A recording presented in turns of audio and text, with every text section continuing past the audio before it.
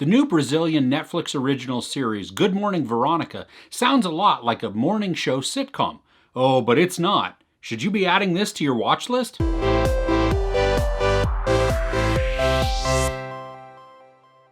After witnessing a horrific event, a police clerk decides to investigate two neglected cases, both involving violence towards women. The first episode started off a bit shocking with a horrific event inside a police station, and then it went rather mild and vanilla for all but the last 2 minutes. That end of that first episode was a shocker to me, and it created a lot of mystery, which made me want to see more of the next episode. I mean, we went from shocking to bland and just kind of there, and me not really sure that I want to continue on because it's just not exciting, and even the mystery isn't really there too much, to then, ooh, wow, okay, you've hooked me, you've grabbed my attention, now where are we going to go? This is a crime drama, but unfortunately there's not much to it that's redeeming. We have a central character to the story, Veronica, and she's the police clerk who witnessed that just terrible event inside the police station. She has an investigative mind, and she notices details and picks up on clues that others just kind of skim over. She is a bit impulsive, and it's also implied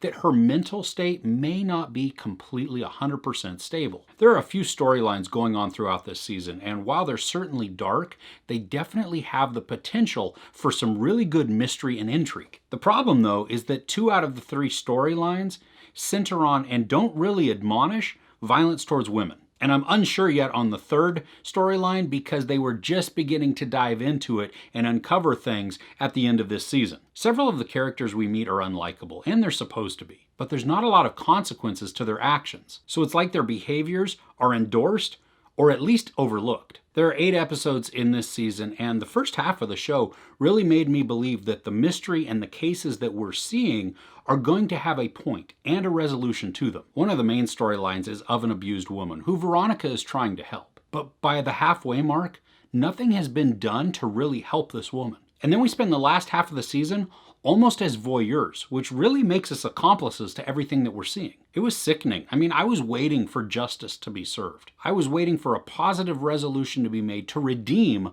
all of the violence that we had been seeing. And the resolution that we get ends up coming way too late. The visual style of the show is uneven at best. Sometimes the quality is good and it looks almost like it's cinematic.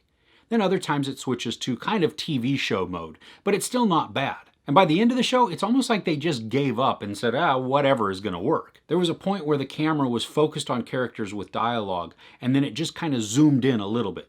Now, it's not a cinematic zoom, that it has a purpose to it. It's really like it was an editing mistake and that shot shouldn't have been left in there, or at that point that the camera zoomed right before that, they were supposed to switch angles. But they didn't, they just kept it in. Now, the show does try to create mystery and intrigue, and sometimes it succeeds. But that's not enough to offset the dirty feeling that I got while I was watching this. Honestly, the only reason I kept watching is because I was hoping that there was going to be redemption to what I had been seeing and what I had been exposed to. At the end of this season, the show takes kind of an odd turn to shift the focus off of what it was and to focus on that last case that hadn't really been delved into. And that wouldn't have been bad, except now we have characters doing weird things that we haven't seen before. And so it didn't fit the narrative, especially of certain characters, that they had set up all the episodes before that. The show borders on glorification of abuse, even though at the end of every single episode, they have an abuse hotline to call if you needed to reach out to somebody. I mean, I understand that what they're trying to show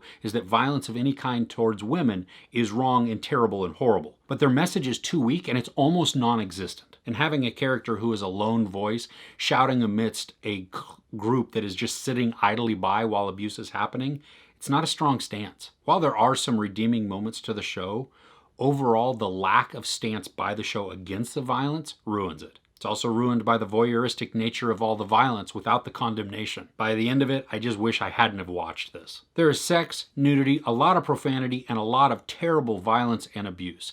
I give Good Morning Veronica, which is not an apt name for this at all because there is nothing good about it, 1 out of 5 couches. What's something cheery that you're watching right now? I'd love to know in the comments below.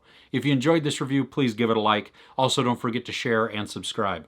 I'm Chris. This is Movies and Munchies. Thanks for couching with me.